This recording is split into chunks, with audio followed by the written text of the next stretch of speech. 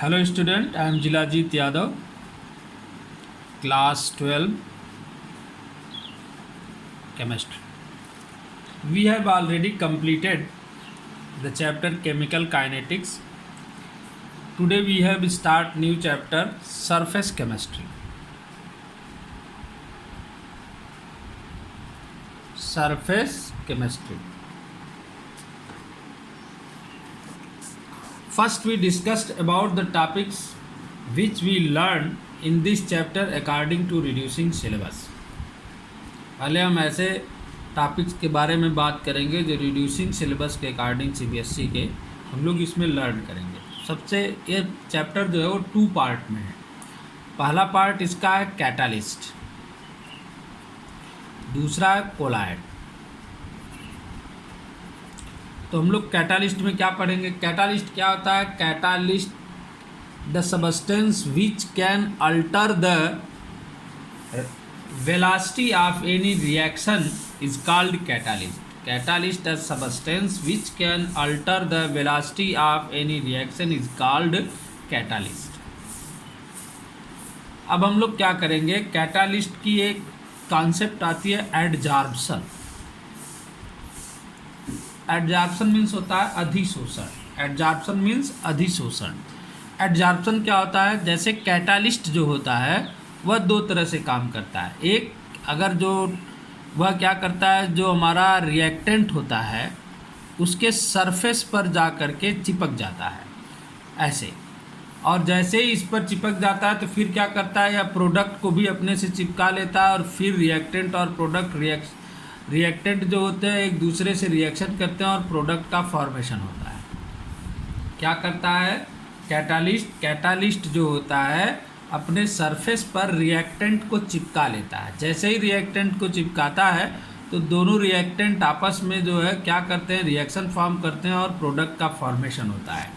तो एडजॉर्प्शन में क्या होता है, फिर से सुनो सभी लोग। एडजॉर्प्शन क्या करता है? एडजॉर्प्शन वह कॉन्सेप्ट है जिस कॉन्सेप्ट में कोई भी कैटालिस्ट क्या करता है, रिएक्टेंट को अपने सरफेस पर चिपका लेता है और फिर क्या होता है, रिएक्शन फॉर्म होता है और प्रोडक्ट का फॉर्मेशन होता है। जैसे ही प्रोडक्ट का फॉर्मेशन होता है यह क्या करता है, जो हमारा कैटालिस्ट होता है यह तुरंत अपने सरफेस से रिएक्टेंट को हटा देता है और रिएक्टेंट आगे की तरफ चला जाता है और फिर नया रिएक्टेंट के नए पार्ट कहलाते हैं। फिर वैसे ही सेम प्रोसेस होती है और प्रोडक्ट का फॉर्मेशन हो जाता है। एडजॉर्प्शन के अंडर हम लोग 2 कॉन्सेप्ट यहाँ पर पढ़ेंगे, फिजॉर्प्शन और केमीजॉर्प्शन।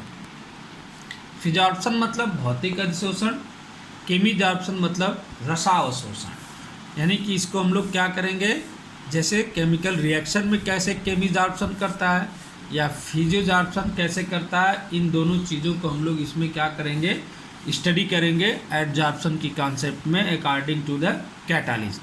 फिर हम इसमें क्या पढ़ेंगे, फैक्टर्स अफेक्टिंग एडजॉर्प्शन। यानी एडजॉर्प्शन को कौन कौन से फैक्टर अफेक्ट करते हैं इसकी स्टडी हम लोग इसी के थ्रू करेंगे। ठीक, जैसे फैक्टर अफेक्ट का मतलब कंसंट्रेशन, टेम्परेचर, ये सब चीज़ें कैसे जो है इसको जो है अफेक्ट करती हैं, ये हम लोग जो है एडजॉर्प्शन के थ्रू पढ़ेंगे इसको। यहाँ तक हमारा कैटालिस्ट का सिलेबस जो रिड्यूसिंग सिलेबस है वो कंप्लीट हो जाएगा। इसके बाद इसका सेकंड पार्ट है कोलाइड। तो कोलाइड क्या होता है? जैसे हम लोग 9th में सभी लोग पढ़े होंगे कि मैटर जो होता है, मैटर के 3 स्टेट होते हैं, सॉलिड, गैस एंड लिक्विड। जो बायोलॉजी के स्टूडेंट होंगे वह 4 जानते होंगे, प्लाज्मा, सॉलिड, गैस, लिक्विड और प्लाज्मा। लेकिन जैसे स्टार्च है, गम है, ये सब चीज़ें होती हैं, मिल्क है, यह न सॉलिड है, न गैस है, न लिक्विड है, न प्लाज्मा है, तो इनकी एक स्टेट होती है कोलाइड। क्या होती है? कोलाइड। मिल्क जो होता है वो कोलाइड में आता है, जिसको एक दूसरा नाम देते हैं इमल्सन। तो ये सब किस स्टेट में आ जाते हैं? कोलाइड स्टेट में। तो हम लोग सरफेस केमिस्ट्री में कोलाइडल स्टेट का भी स्टडी करेंगे। ये जानेंगे कि कोलाइड स्टेट क्या होता है, जैसे स्मोक है, क्लाउड है, ये सब क्या होते हैं, कोलाइडल स्टेट में होते हैं। किस स्टेट में होते हैं? कोलाइडल स्टेट में। झावा पत्थर का नाम सभी लोग सुने होंगे, जो बच्चे विलेज से, गांव से रिलेटेड होंगे वो झावा पत्थर जानते होंगे। झावा पत्थर भी एक तरह का क्या होता है, कोलाइड होता है। क्या होता है, कोलाइड होता है। हम लोग इसके थ्रू पढ़ेंगे इसमें, और फिर उसके बाद हम लोग यह भी जानेंगे distinction between colloid and true solution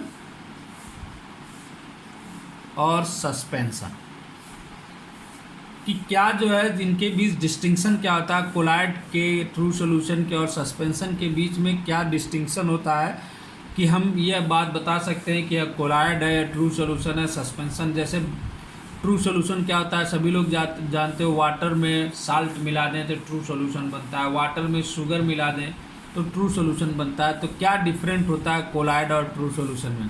suspension क्या होता है, जैसे वाटर में सैंड मिला दें तो यह सस्पेंशन हो जाता है। क्या होता है, इसको क्या बोलते हैं, सस्पेंशन। तो इन तीनों के बीच में क्या डिस्टिंक्शन है, इसका भी जो है हम लोग क्या करेंगे इस चैप्टर में हम लोग जो है स्टडी करेंगे, जानेंगे। इसके बाद कोलाइड में, कोलाइड की दो टाइप्स होती है, लायोफिलिक और लायोफोबिक। तो लायोफिलिक और लायोफोबिक क्या होता है, फिलिक मतलब होता है अट्रैक्शन, लायो मतलब होता है लिक्विड यानी वाटर, और फोबिक मतलब होता है रिपल्सन। जैसे बहुत लोग बोलते हैं ना फोबिया हो गया, इसको फला चीज़ का फोबिया हो गया, यानी किसी चीज़ से दूरी बनाना।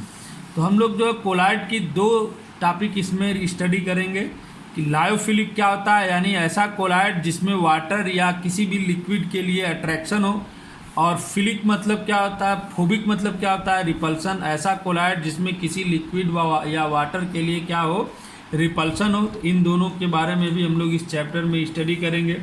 फिर इसके बाद एक जो है जैसे पार्टिकल को बेस बना करके भी जो है कोलाइड का जो है क्या किया जाता है, कोलाइड के बारे में बात की जाती है। क्या जाता है, कोलाइड के काइंड्स हैं, कितने प्रकार हैं। तो हम लोग जो है मालिक्यूल को बेस बना करके भी उसकी काइंडनेस के बारे में जानते हैं, उसकी काइंड के बारे में जानते हैं। एक होता है मल्टी मालिक्यूलर, इसकी एक काइंड होती है मल्टी मालिक्यूलर, और एक होती है मैक्रो मालिक्यूलर। इसकी काइंड हम लोग जो है इसके बारे में पढ़ेंगे, क्या काइंड है इसका। तो किसको बेस बना करके, इसके मालिक्युलरिटी को बेस बना करके हम इसके काइंड के बारे में पढ़ेंगे, इसके प्रकार के बारे में पढ़ेंगे, टाइप के बारे में पढ़ेंगे। तो इसकी एक टाइप होती है मल्टी मालिक्यूलर, एक टाइप होती है माइक्रो मालिक्यूलर। इस कोलाइड, इसमें हम लोग कोलाइड के इसके बारे में भी जो है स्टडी करेंगे। और एक टॉपिक हम लोग पढ़ेंगे प्रॉपर्टीज ऑफ कोलाइड्स। कोलाइड्स की क्या क्या प्रॉपर्टीज होती हैं इसके बारे में भी हम लोग इस चैप्टर में पढ़ेंगे। एक और पढ़ेंगे हम लोग टिंडल इफेक्ट। टिंडल इफेक्ट क्या होता है, टिंडल इफेक्ट, टिंडल एक साइंटिस्ट का नाम है। इसने क्या देखा था, इसने देखा था कि अगर जो है ट्रू सॉल्यूशन में हम टार्च जलाएं, एक टार्च ले लें, उसे अगर ट्रू सॉल्यूशन में जलाएं तो उस टार्च से निकलने वाली जो लाइट है उसका पाथ हमको शो नहीं होगा, दिखाई नहीं देगा। लेकिन जब किसी कोलाइड स्टेट वाले कोलाइड में जो है हम क्या करें, उसी टार्च को जलाएं तो उसमें से उसके लाइट का पाथ जो है दिखाई देने लगता है। क्या करता है, दिखाई देने लगता है। इस इफेक्ट को टिंडल इफेक्ट बोलते हैं। क्यों टिंडल इफेक्ट बोलते हैं, क्योंकि इस इफेक्ट को सबसे पहली बार किसने देखा था, टिंडल नाम के साइंटिस्ट ने। क्या होता है यह, टिंडल ने देखा था कि जब हम किसी लाइट को जलाएं, टार्च को जलाएं, तो उससे निकलने वाली जो लाइट है वह जब किसी ट्रू सॉल्यूशन से पास करती है तो उसका पाथ हमको शो नहीं होता है, दिखाई नहीं देता, इनविजिबल हो जाता है। लेकिन जब किसी कोलाइड से हम वही टार्च जो है रोशन करते हैं, उसकी लाइट जाती है, तो जो कोलाइड होता है उसमें से उस लाइट का पाथ शो होता है, वो विजिबल हो जाता है। तो इस इफेक्ट को देखने वाला साइंटिस्ट था टिंडल, इसलिए उसके नाम पर ही इसको बोल देते हैं टिंडल इफेक्ट। उसके बाद हम लोग इस चैप्टर में पढ़ेंगे ब्राउनियन मूवमेंट। क्या पढ़ेंगे, ब्राउनियन मूवमेंट। ब्राउनियन एक साइंटिस्ट का नाम है। इसने क्या किया था, इसने देखा था कि जो कोलाइड के पार्टिकल होते हैं उनकी मूवमेंट कैसे होती है। तो इसने जब इसकी स्टडी की तो इसने देखा था कि कोलाइड के जो पार्टिकल होते हैं वो जिग जैग मोशन करते हैं। कैसा मोशन करते हैं?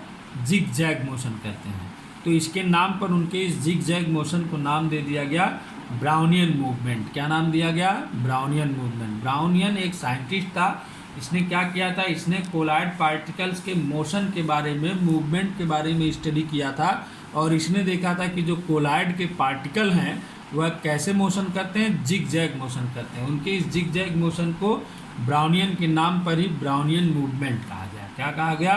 Brownian movement. फिर हम लोग इसमें पढ़ेंगे इलेक्ट्रोफोरेसिस।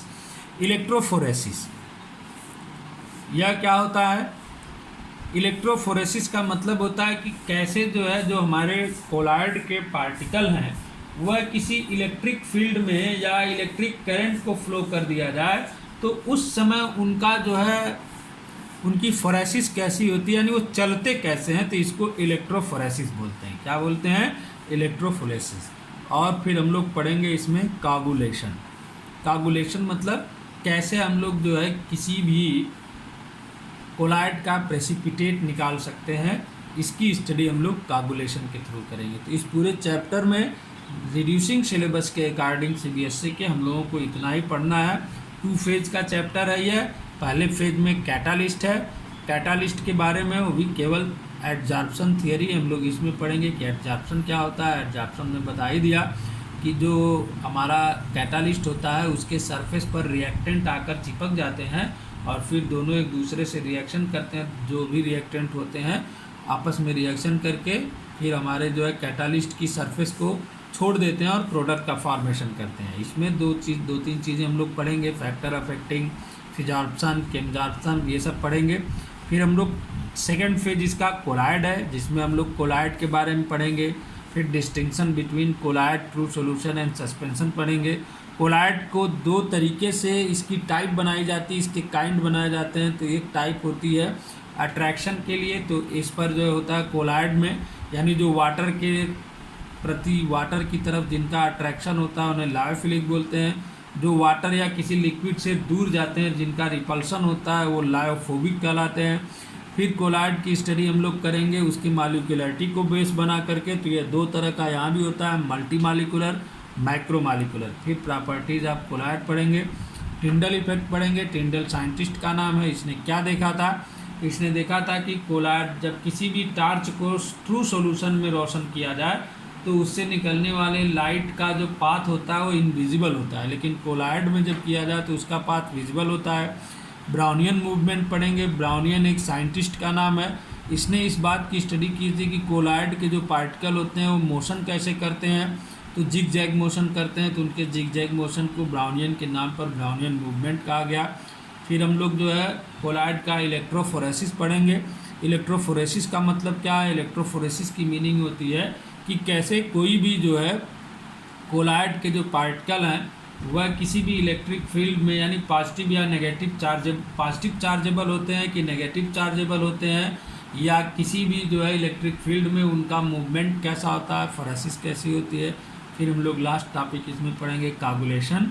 और रिड्यूसिंग सिलेबस के अकॉर्डिंग ये चैप्टर भी क्या हो जाएगा, फिर इसी टॉपिक के साथ ख़त्म हो जाएगा। तो सभी लोग क्या करोगे, अपनी बुक को उठाओगे और सरफेस केमिस्ट्री के इन सभी टॉपिक्स का जिनका हमने यहाँ पर जिक्र किया है सभी लोग आज इसको पढ़ेंगे। कल से हम लोग इसकी थियरीज़ को वीडियो बना के देखना शुरू कर देंगे। बस।